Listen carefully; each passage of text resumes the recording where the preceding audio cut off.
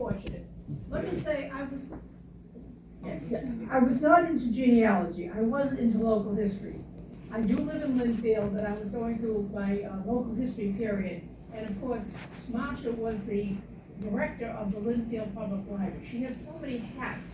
I had forgotten about the handbook that she wrote, but it's just incredible how many ventures she took on. Let's just say her dates were 1926 to 2015. I regret to say that the date of her death is unknown to anyone that I know. I don't know whether you're familiar with that, but there was never any record that anyone that I knew in Lynnfield could ever find regarding when she died. She was living in Florida at the time. But let's just start by saying she was born in Lynn. She came from impeccable Yankee roots. It was very amazing how many relatives she had who really were among the founders of New England, including the Tapleys and the Mudges. Does anyone connected to the Tapleys? Okay, that's an old shoe family in Lynn. Her father was an engineer, was a GE, and she and her family moved to Lynnfield when Lynnfield was expanding in the 1950s. Her parents were very involved in all types of activities there.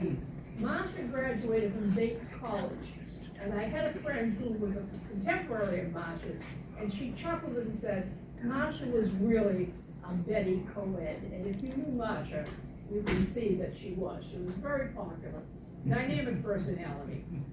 And after she had 4 children, and then she was very involved in Salem Country Club, and she said to me one day, Helen, I've had enough golf and tennis. I want to do something else. And she did. Okay.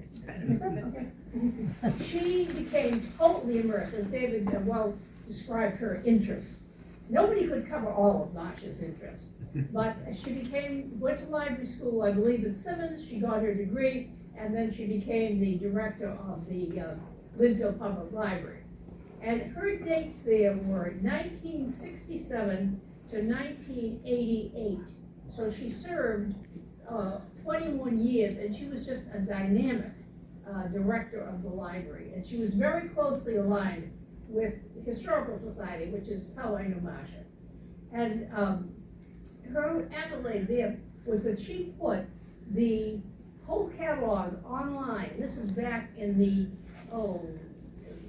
early 80s. The Lynnfield was the second community in Massachusetts to go online. And I remember one time going with Marsha to a conference of librarians in Concord, and she was treated like royalty because she was so old thinking, and that was an enormous job. And another talent that Marsha had was her ability to see talent in others and draw them in. She didn't put it online herself, but she had a tremendous group of people who helped her to do that. And another thing that she did is she ran the bicentennial. She and another man who was very prominent in Lynnfield.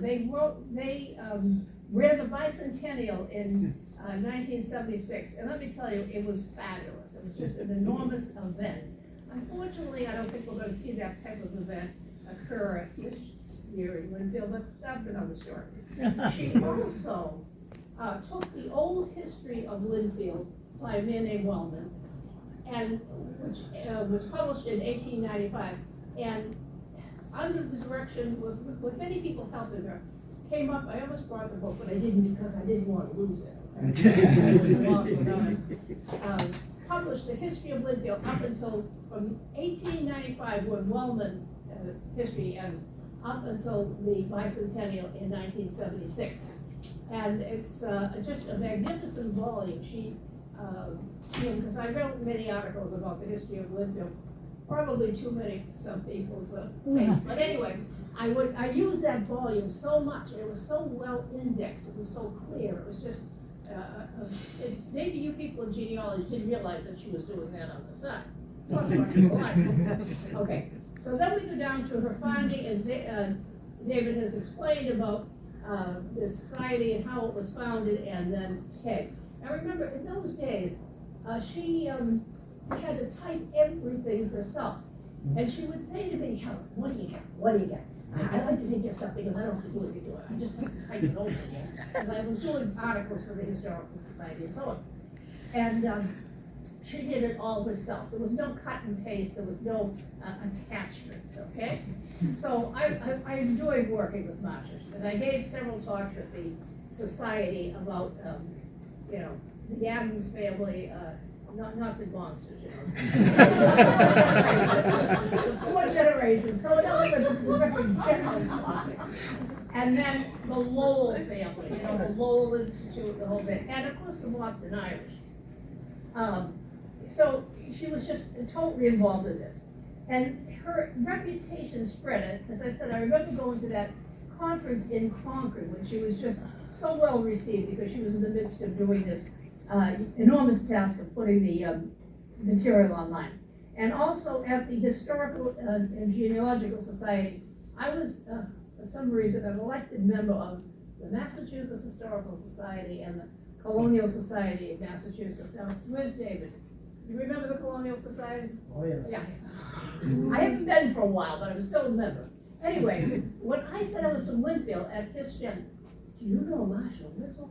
I mean, these people were just so, you know, excited. She had published that handbook, I believe, David, which I never used because, again, I didn't do my own genealogy because I had a great-grandfather who had 7 children, who had 7 children, and then I gave that up.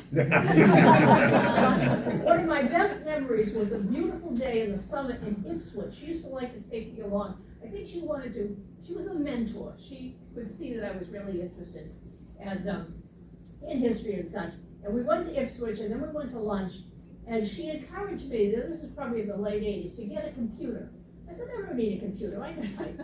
And she was talking about this Wang word processor.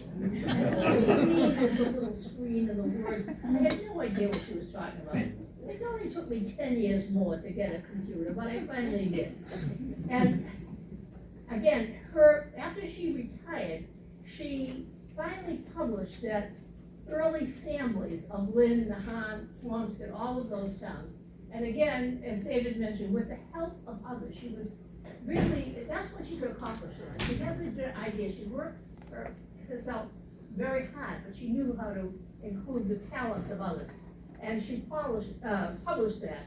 And as I say, at the time of her death, we don't know what happened. I know she moved to Florida. And I'm just going to read, I have an article there in TEG, I forget when, maybe 5 or 6 years ago, I submitted it, having to do with remembering Marsha, and this is how I ended it.